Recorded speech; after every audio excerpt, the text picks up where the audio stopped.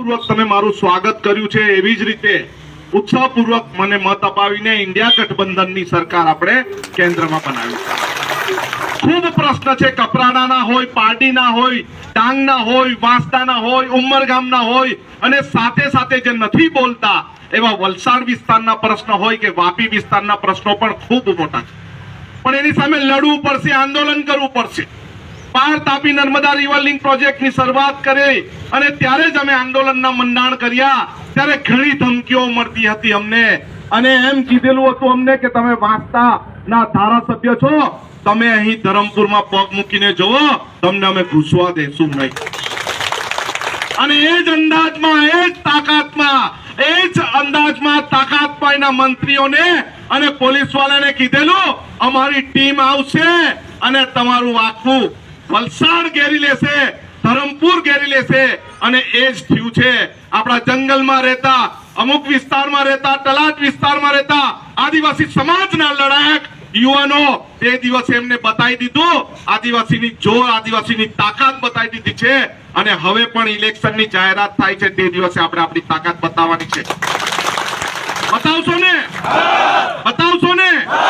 આપણે લડાઈ ઝઘડા કરીને તાકાત નથી બતાવી, આપણે ઈવીએમ ભરીને તાકાત બતાવી છે, આપણે મતદાન કરીને તાકાત બતાવી છે। ઘણા બધા પત્રકારના મિત્રો અને બીજા મિત્રો મને પૂછે છે તમે આદિવાસી સમાજના જ છો અને આદિવાસી સમાજના જ પ્રશ્નો ઉચકે છે, પરંતુ મારે એમ કહેવું પડે મેં જે વિસ્તારમાંથી આવું છું એ આદિવાસી વિસ્તાર બહુલક છે એટલે મારે એના પ્રશ્ન ઉઠાવવો પડે છે। પરંતુ અમે નવસારીમાં જ્યારે રાધે કૃષ્ણ ભગવાનનું મંદિર તૂટ્યું ત્યારે પહેલા જવાવાળા પણ અમે જ હતા, એને બચાવવા માટે જવાવાળા પણ અમે હતા। જ્યારે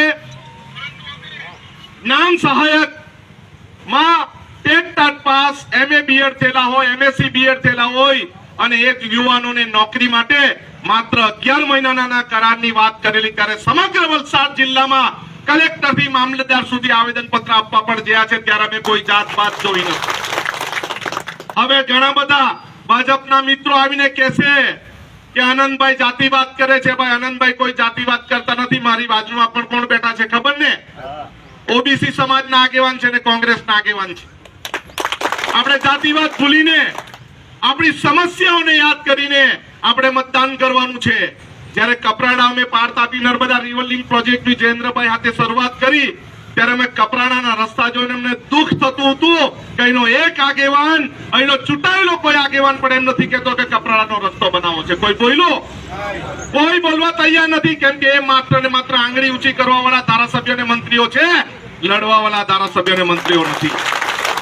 વલસાડમાં તમે 10 વર્ષ વલસાડ લોકસભા તમે આપી ભાજપ પક્ષને, પરંતુ લોકસભામાં કોઈ પ્રશ્ન કોઈ ઉઠાવ્યો, કોઈ પ્રશ્નની રજૂઆત કરી અને અમે વિધાનસભામાં અંબાજીથી ઉંબરગામ સુધી વાપીના પ્રશ્ન હોય, દરિયાકાંઠાના પ્રશ્ન હોય તેની પણ અમે પ્રશ્ન ઉઠાવીએ છીએ અને એમના વિશે લડત ચલાવીએ છીએ અને દરેકે દરેક ઉભા થઈને યુવાનોની બેરોજગારીનો પ્રશ્ન હોય, મહિલાઓની સુરક્ષાનો પ્રશ્ન હોય, નવા પ્રોજેક્ટોનો પ્રશ્ન હોય, જળ જંગલ જમીનનો પ્રશ્ન હોય, દરેક પ્રશ્નમાં અમે આંગળી ઊંચી કરીને અમારો સવાલ મૂક્યો છે અને દરેક પ્રશ્નમાં રોડથી સંસદ સુધી અમે દોડ્યા છે અને રસ્તેથી વિધાનસભા સુધી અમારા પ્રશ્નની રજૂઆત કરી છે અને જો સરકાર ન માને તો ધરણા પર કર્યા છે। સામેવાળા ઉમેદવાર કહેતા હતા કે આનંદભાઈને ધરણા બહુ આવડે। ભાઈ અમે વિપક્ષમાં બેહેલા છે, સરકાર જો કામ નહીં કરે તમારે ધરણા પણ કરવા પડે, એની કાન આંબળવા પડે, કારણ કે અત્યારની સરકાર ગુજરાતની હોય કે કેન્દ્રની હોય બેરી મૂંગી સરકાર છે ને આપણને ગરીબ સમજીને, આપણને ગરીબ કલ્યાણ મેળા કરીને, મફત અનાજ આપીને, પૈસા આપીને આપણા વોટ લેવાની કોશિશ કરે છે, પરંતુ આપણે એમાં બરમાવું નથી। આ વખતે એક જ સૂત્ર, આપણે લડેંગે, લડેંગે। દરેક જગ્યાએ કોઈ પણ તકલીફ હોય, કોઈ પણ સમસ્યા હોય અમને કહેજો। અમારા પર ફોન આવે તો અમે એમ નથી પૂછતા કે તમે કયા પક્ષના છો, તમારી સમસ્યા શું છે, તમે કઈ જાતિના છો એવું નથી પૂછતા, તમારી સમસ્યા શું છે ને હું શું કરી શકું, એ શેના માટે ઇન્ડિયા ગઠબંધન બનાવવાની શું જરૂર પડી કે સામે પક્ષ છે એ એવું વિચારે છે ભાજપ પક્ષ અમે 400 પ્લસ જશું એટલે સંવિધાન ખતમ કરી દેશું। સંવિધાન ખતમ કરવાની વાત એટલે હું અહીંયા બોલતો છું એ વાણી સ્વતંત્રતા ખતમ કરવાની વાત. અનુસૂચિ 5(6) પેશા એક્ટ જે રીતે આપણને અનામતનો દરજ્જો બાબા સાહેબ આંબેડકરે આપ્યો છે એ ખતમ કરવાની વાત અને સરમુખત્યારશાહી લાદવાની વાત અત્યારની ભાજપા સરકાર કરી રહી છે. અને એના વિરોધમાં આપણે સૌ એક થઈને સામેવાળા જે છે જે સમુખત્યારશાહી લાદવા માંગે છે, લોકશાહી પૂરી કરવા માંગે છે, એનો વિરોધ કરીને એને હરાવવા માટે આપણે સૌએ ઇન્ડિયા ગઠબંધનના નામે આપણે સૌ ભેગા થયા. ઘણી લડાઈઓ લડી છે. પાર તાપી નર્મદા રિવર લિંક પ્રોજેક્ટની લડાઈ હોય, ભારતમાલા રોડના સંપાદનના વિરોધની લડાઈ હોય, કસ્ટોડિયલ ડેથમાં બે આદિવાસી સમાજના છોકરાઓને રવિ અને સુનિલને ચીખલીમાં ફાંસીએ લટકાવી દીધા હતા. એ 6 પોલીસના વિરોધમાં અમે 8 વખત પોલીસ સ્ટેશન ઘેરવાનું આંદોલન હોય. જયેન્દ્રભાઈ કમલેશભાઈની સાથે કપરાણામાં જ્યારે ગીરનારામાં હરેશભાઈ કીધું તેમ ઘર તોડી નાખેલું, એને ન્યાય અપાવવા માટે અમે સૌ ત્યાં પહોંચી ગયા. તેવી જ રીતે ડાંગમાં સફારી પાર્ક અને સિવિલ હોસ્પિટલનું ખાનગીકરણ કરવાની વાત હોય ત્યારે પણ અમે આંદોલન કર્યું છે.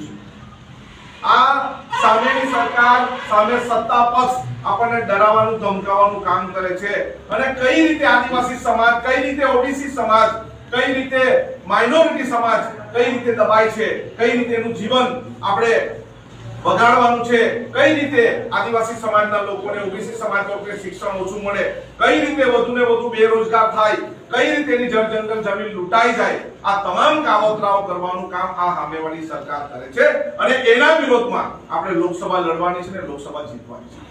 હું કોઈ પક્ષ પાર્ટીના મેન્ડેટ પર લડું છું, પરંતુ હું કોઈ પક્ષ પાર્ટીનો દબાયેલો નથી. મારે મારા સમાજનું, મારા ઓબીસી સમાજનું, મારા માઇનોરિટી સમાજનું કામ કરવાનું છે, પીડિત લોકોનું કામ કરવાનું છે, એવા ખેતમજૂરનું કામ કરવાનું છે જેને પોતાનું ઘર પણ નસીબ નથી, એવા ખેડૂતોનું કામ કરવું છે જેને સિંચાઈનું પાણી મળતું નથી. કપરાડામાં આખા ગુજરાતમાં સૌથી વધારે વરસાદ પડે છે, પરંતુ હોળી પછી પાણીની સમસ્યા કપરાડામાં ખૂબ મોટી હોય છે, ડાંગમાં ખૂબ મોટી હોય છે, વાંસદાના બોર્ડર વિલેજમાં ખૂબ મોટી હોય છે, ઉમરગામ ઇન્ડસ્ટ્રી એરિયા છે ત્યારે ત્યાંના સ્થાનિક લોકોને રોજગારી મળતી નથી અને જેટલી પણ ઇન્ડસ્ટ્રી આપણા આદિવાસી સમાજની જમીન પર બને છે એ લોકો આપણને પૂરતો ન્યાય નથી આપતા.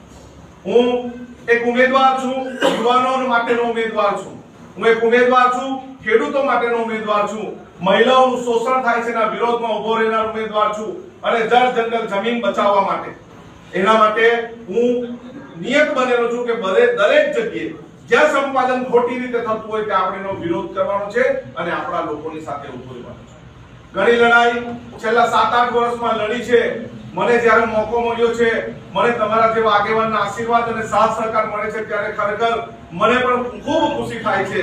અને જે રીતે રાજેશભાઈ કીધું તેમ આ માત્ર એક દિવસ માટેની મિત્રતા નથી, આ 1 મહિના માટેની મિત્રતા નથી.